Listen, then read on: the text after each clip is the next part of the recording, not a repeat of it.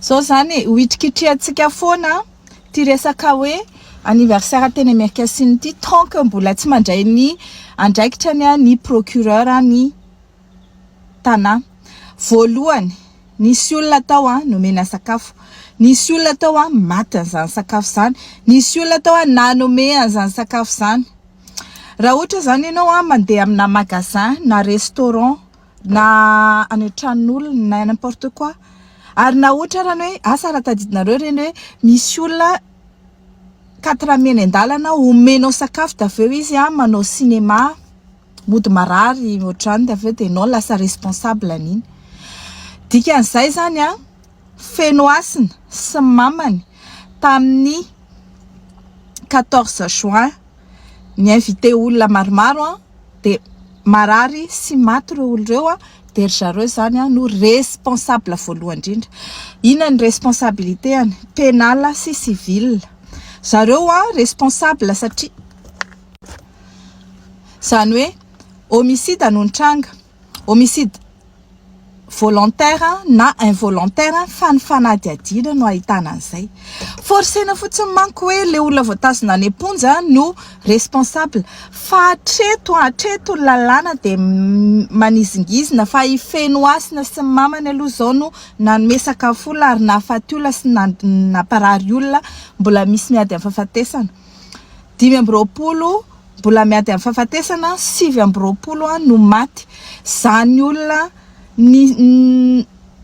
niaran'izay voina zay dia tsy azo avela amin'izao fotsiny hoe tsy fantatraiza nafaty anazy fa singa mahery vaika na singa mahery vaika io na botulisme io na empoisonnement io na ina de responsable ifenoasina sy mamany. Ina ma responsable anazy? Pour homicide volontaire raha ohatra ka fanahinina nomena poizina ry zareo na nomena sakafo mahafaty. Involontaire raha ohatra ka tsy fananina le izy kanefa nisy négligence tao na nisy ataontsika hoe fahafantarana efa hoe misy olona nanandrana le sakafo de narary de aveo maty de efa fantatry le mamany zay de zareo nandray fepetra aza misy mihinana. Fa ny olona mbola nomeny ihany. Dikan'izay misy homicide involontaire satria tsy tena nanetratra hoe ovonoana le olona fa kosa hoe meo an'le sakafo anany fa nialana vola io tsy manino fa le façon de responsable izy. Dikan'izay zany reo mpianaka reo de tokony andeha fitsarana koa akoatrin'ireo olona izay andeha fitsarana. Aveo fanjakana koa manana responsabilité ary goavana be mihitsy. Inona ny responsabilité amin'ny fanjakana? Raha ohatra ka botulisme io de misy anankiroa ny responsabilité amin'ny fanjakana. Inona mahatonga le botulisme? Fatapahan-jiro, rupture de chaîne de froid. Raha ohatra ka tsy botulisme izy fa zavatra hafa indray, ataontsika intoxication noho ny menaka, lafarina, sakafo tsy zarizary satria lany daty na sakafo tsy fihinana satria mbola nandeha eny amin'ny tsena ihany fa naman'ireto mpitondra ny mpanafatretana sy mpivarotra azy de tsy sahin zareo atao ny enquête. Raha izay le izy de tena responsable total ny fanjakana sy ny olona izay napiditra an'ireo entanareo na lafarina io na menaka io na zavatra hafa. Ireo nefa ny arovan'ny fanjakana mafy de tsy ataony ny enquête. Manaraka izany raha botulisme de ny symptôme rehetrarehetra nefa amin'ny symptôme na botulisme. Ny tsara fantatry ny olona ny botulisme tsy hoe arety mifindra ka hoe raha voan'ny botulisme reo de tokony efa maty marobe no mikararana. Le sakafo niaran'le rupture de chaîne de froid sy ny vadika poizina no mahafaty ary zay rehetra ninana an'io de maty sy narary. Fa tsy hoe contagieux le izy ka ny olona rehetrarehetra raha Madagasikara no vo. Par contre milaza ny lalàna fa maladie à déclaration obligatoire ny botulisme. Ka rehefa misy symptôme na botulisme ohatran'io de tsy maintsy manao déclaration ny fanjakana mba ahafahan'ny OMS manafatra fanafody satria ny fanjakana tsy manana an'le fanafody. antibotulika izay mariako ary averiko 5 000 € ny anankiray. Ny dose anankiray 5 000 € tsy fantatra hoe ohatrina na firy ny dose ilay marary anankiray nefa ny amin'io. De ireto marary zay efa misy symptôme na botulisme reto zany de avela ho faty fotsiny eo de asiana oxygène de omena efferalgan, mena tsy fantatro tsony reo fanafody antidouleur amen'ny zareo, fa le antitoxine mianaka le antitoxine tsy omena azy de mianaka ao anatin'ny vatany le toxine.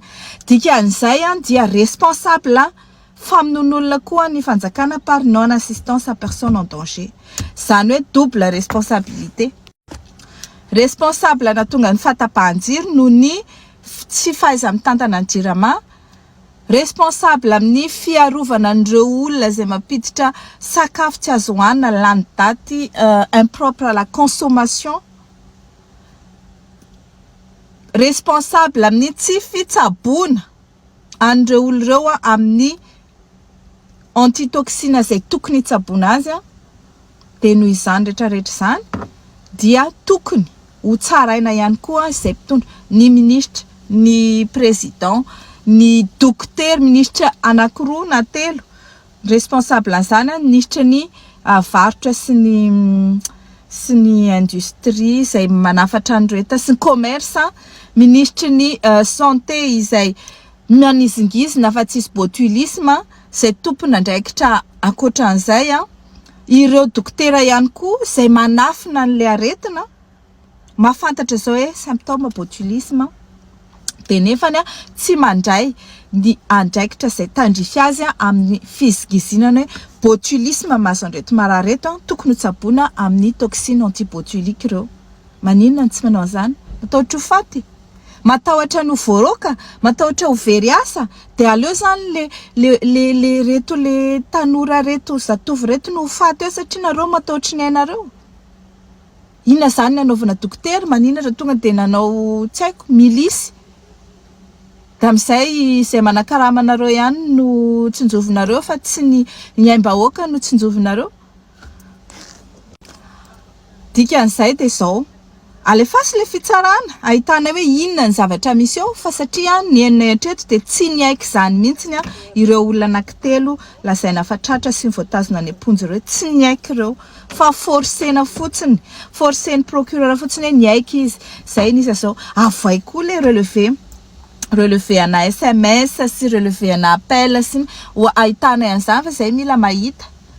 De rehefa ohatra ka fantatrareo inona le poizina mahery vaika izay lazaina hoe tsy ampahafantarina fa antsika manko be felonana de sao de ampesapesain'ny gasy aiza ny antitoxine an'izay poizina izay, maninona tsy omena an'ireo olona ireo, maninona ny tsy omena an'ireo antitoxine satria hatreto aloha ny olona izay mitsabo tsy misy manana antitoxine, tsy misy nanafarana antitoxine fa de ohatrany hoe miandry zay gadonany eo fotsiny mepotika ny vatan'le olona sy ny taovany ao anatiny ao, tsy misy scanner atao hijerena hoe hatraiza ny fetraikany le aretina amin'le olona, tsisy analizy atao ny sakafo tsy natao analizy le olona marary tsy natao analizy amin'izao tsika mitendry zao mbola tsy atao analizy ihany le olona. De inona zany no andrasana, inona ny andrasana, fananina vonoana zany ireo olona ireo. Zay nge mahatonga ny olona manisy théorie be dia be hoe soriny sipany ihany vatany ihany nanapozina satria tezitra, fa hatreto ny fait constant et non contesté dia misy tompona andraikitra anankiroa ny fanjakana, ny dokotera ary ny mpianaka izay nanao ny anniversaire. Ka za zany de miantso an'ireo fianakaviana aza manaiky nareo na mbola mitsabo na efa manana ny maty de zay no olona hitrikitrihanareo raha za manaiky miala amin'ireo olona rehetrarehetra ireo. Mahaiza mirahina de ny olona izay mahatsiaro hoe tsy rariny koa zao zavatra mitrango zao de tokony irahina miaraka amin'ireo fianakavianareo mba tsy avelanareo hiady rery izy ka ianareo hitazana fotsiny satria ny mahazo an'zareo io mety azo an'ny tsiraray aminareo izay ao Madagasikara ihany koa.